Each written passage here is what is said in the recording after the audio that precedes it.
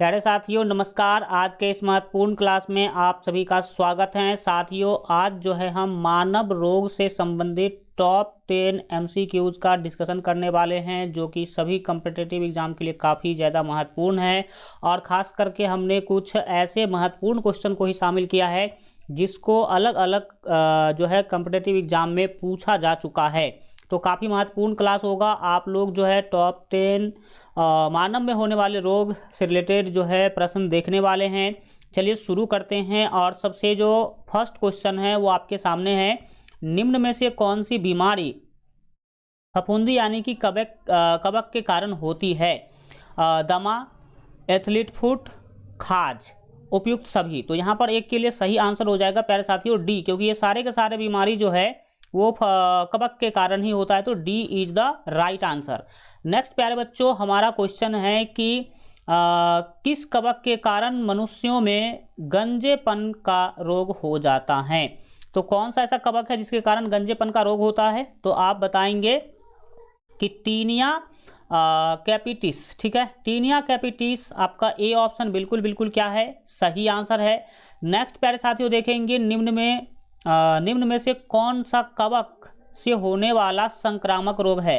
कवक से होने वाला संक्रामक रोग, तो यहाँ पर आप 3 के लिए बताएंगे। देखिए, एक तो दमा होता है और दूसरा एथलीट फुट होता है। तो यहाँ पर सी ऑप्शन से होगा, ए और बी दोनों। ठीक है, सी ऑप्शन यहाँ पर बिल्कुल आपका सही है।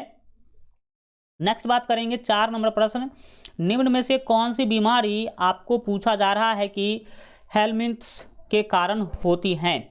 तो 4 के लिए जो यहाँ पर आपका सही आंसर हो जाएगा वो आप याद रखें। देखिए, एक तो अतिसार बीमारी है और दूसरा है फाइलेरिया। ये दोनों आपका सी ऑप्शन बिल्कुल सही होगा। ठीक है, हेलमिंथ्स के कारण ये दोनों के दोनों रोग होते हैं। अब हम प्यारे बच्चों देखेंगे आपके 5 नंबर प्रश्न, कुत्ते के काटने से होने वाले, ठीक है, रैबीज रोग के टीके का विकास किसने किया था? तो रैबीज रोग जो होता है कुत्ते के काटने से, इसका जो टीका है, इसका वैक्सीन का विकास किसने किया था, यह आपसे पूछा जा रहा है। तो यहाँ पर 5 का आपका सी ऑप्शन बिल्कुल सही हो जाएगा, लुई पास्चर। ठीक है, लुई पास्चर सी ऑप्शन आपका बिल्कुल सही है। नेक्स्ट बात करेंगे 6 नंबर प्रश्न के लिए, निम्न में से किसमें, ठीक है, किसने सर्वप्रथम यह बताया कि मलेरिया का वाहक मच्छर होता है, यानी कि मलेरिया मच्छर से फैलता है? यह बात सबसे पहले किसने बताया? तो 6 के लिए यहाँ पर आपका राइट आंसर प्यारे साथी हो जाएगा डी, लुई पास्चर। ठीक है, लुई पास्चर आपका बिल्कुल सही आंसर है। नेक्स्ट है आपका कि टिटनेस रोग के कारण मनुष्य का कौन सा अंग प्रभावित होता है? जो टेटनस रोग होता है इसके कारण आपको पता होना चाहिए कि तंत्रिका तंत्र प्रभावित हो जाता है। तो ए ऑप्शन आपका बिल्कुल सही है। नेक्स्ट बात करेंगे प्यारे साथियों आपके 8 नंबर प्रश्न, निम्न में से कौन सी बीमारी प्रोटोजोआ के कारण होती है? तो प्रोटोजोआ के कारण होने वाले रोग आपको पता होना, एक तो मलेरिया है, दूसरा पायरिया है और तीसरा पेचिस। ये सभी रोग होते हैं। तो डी ऑप्शन आपका बिल्कुल यहाँ पर सही हो जाएगा। नेक्स्ट साथियों हम देखेंगे आपके 9 नंबर प्रश्न, पूछा जा रहा है कि अतिसार रोग जो घरेलू डैश द्वारा प्रसारित होता है और जिसमें डैश में घाव हो जाता है, बच्चों में अधिक होता है। तो यहाँ पर आपका ए ऑप्शन सही हो जाएगा, यानी कि अतिसार रोग जो है घरेलू मक्खी द्वारा प्रसारित होता है। अतिसार रोग घरेलू मक्खी द्वारा प्रसारित होता है और इस जिसमें आंत में घाव हो जाता है। किसमें?